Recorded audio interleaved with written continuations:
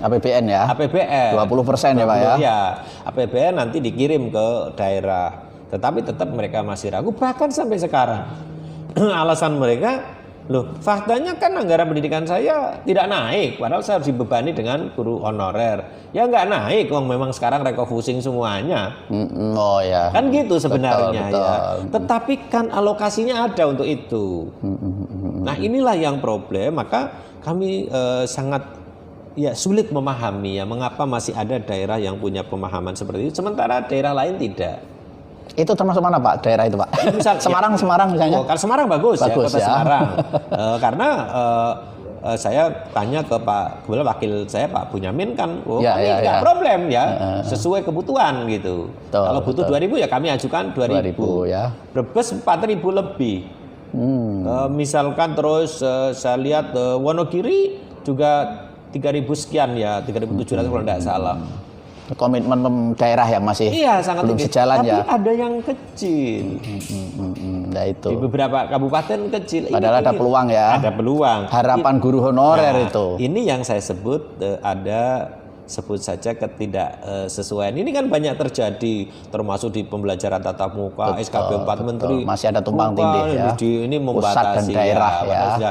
Ini hal-hal yang menurut saya di era sebut saja menyongsong abad 21 ini menjadi masalah. Di abad 21 ini yang saya kira menjadi tuntutan sekarang ada adaptasi.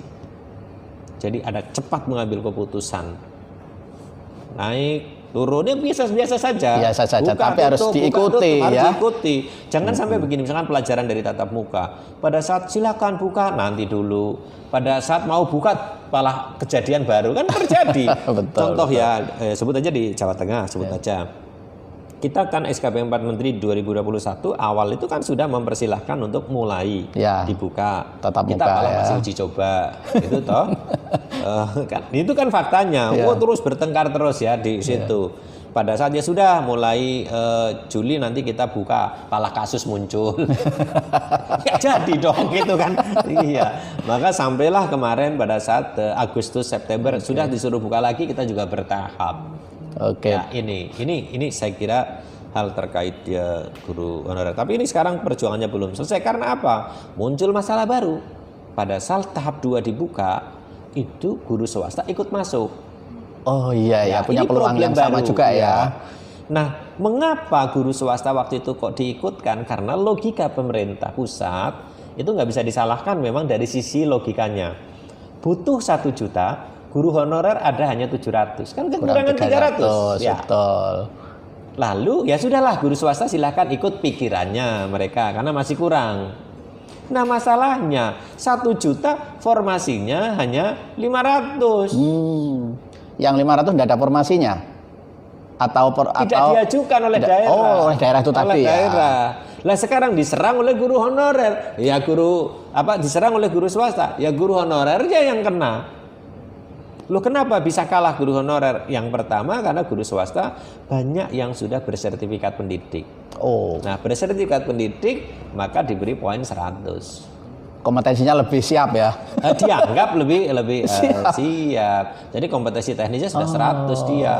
Kan sudah gampangannya pasti. Tidak ada pembedaan Pak pada saat rekrutmen untuk swasta dan honorer gitu? Justru pembedaannya di punya sertifikat atau tidak. Nah, guru honorer tidak punya sertifikat pendidik karena bukan guru tetap. Nah, masalahnya sekarang muncul guru swasta banyak yang diterima. Lalu sekolah swasta ditinggalkan. Problem juga buat sekolahnya ya. Sekolah swasta sekarang. Kekurangan guru. Itu kekurangan guru. Jadi inilah masalah yang menurut saya kita harus bijaksana. Kalau guru itu ditempatkan di sekolah swasta tidak ada masalah. Tapi pemerintah jangankan mikir menempatkan di sekolah swasta. Wong dulu pala programnya mau ngambil yang di sekolah swasta. Atau ini juga maksudnya mengisi sekolah negeri. Problem baru juga ada lagi. Pada saat guru swasta masuk, guru di sekolah negerinya ditendang nanti. Yang ya kan terisi oleh dia. Ya, betul. Masalah baru sekolah swastanya ditinggal, sekolah negerinya timbul guru masalah itu nggak dapat P3K, malah disuruh keluar dari sekolah itu. Honorernya maksudnya Iya, ya. ini Karena nggak lolos misalnya ya. nggak lolos. Ya karena banyak yang kalah karena lawannya sudah dapat 100. Pak, kan ada afirmasi tadi di awal. Lah yang dapat afirmasi malah guru swasta karena punya sertifikat. Oh, yang punya afirmasinya sertifikat itu iya. ya. Lah guru negeri belum bersertifikat. Kenapa ya tidak ada istilahnya status honorernya itu menjadi afirmasi misalnya gitu? Dapat afirmasi kalau usianya 50 tahun ke atas. Oh. Ya belum 50 tahun. Kalau tidak 50 tahun dapat tapi kecil. Jadi sebetulnya kalau belum 50 tahun dia honorer atau tidak itu statusnya sama dengan guru swasta ya kalau ngelamar ya berarti ya. Dapat afirmasi dapat. ya kan tapi kecil. Kecil. Ya. Oh ya kecil ya, kecil itu tadi ya. Nah, ini 100 lah ya kan langsung. Problem lagi Guru ya. swasta tidak semuanya 100 ya. Ya, Cuma ya, yang dapat sertifikat pendidik. Nah, Oke. guru swasta yang punya sertifikat pendidik sangat banyak. Ya itu karena dia giat ya, Pak ya. Dia ini- berjuang ya. Ini problem.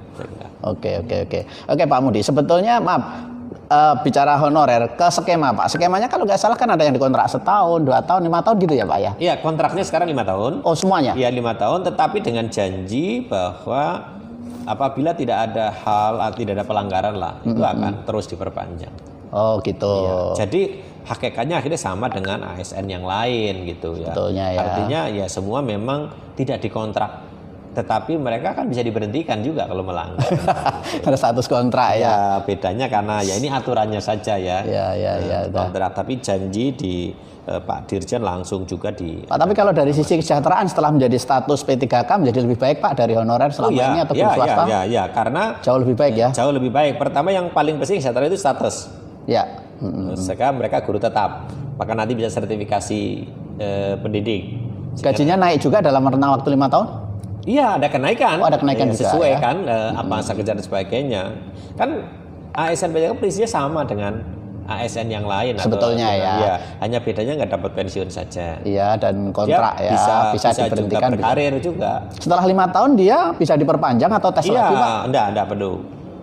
Kemarin pernyataan sepanjang tidak ada pelanggaran atau apalah istilahnya kan ada pelanggaran yang diatur lah sebagai peraturan pegawainya kan ada gitu. Ya sama lah seperti pegawai dimanapun kan diatur kayak gitu. Oke. Ya. Jadi sebetulnya P3K skema ini sebetulnya cukup bagus buat honorer ya, atau mungkin guru swasta yang dapat peluang juga ya. Status kemudian kesejahteraan juga dapat, ikut naik. Dan mereka kalau sudah sertifikasi sudah.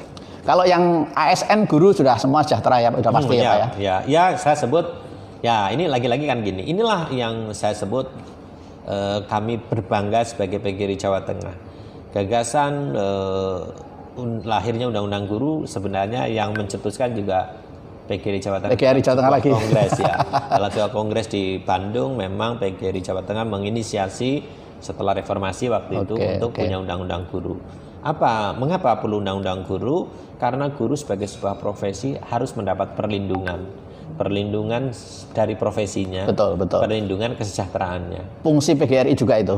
Ya, termasuk organisasi profesi di situ diatur.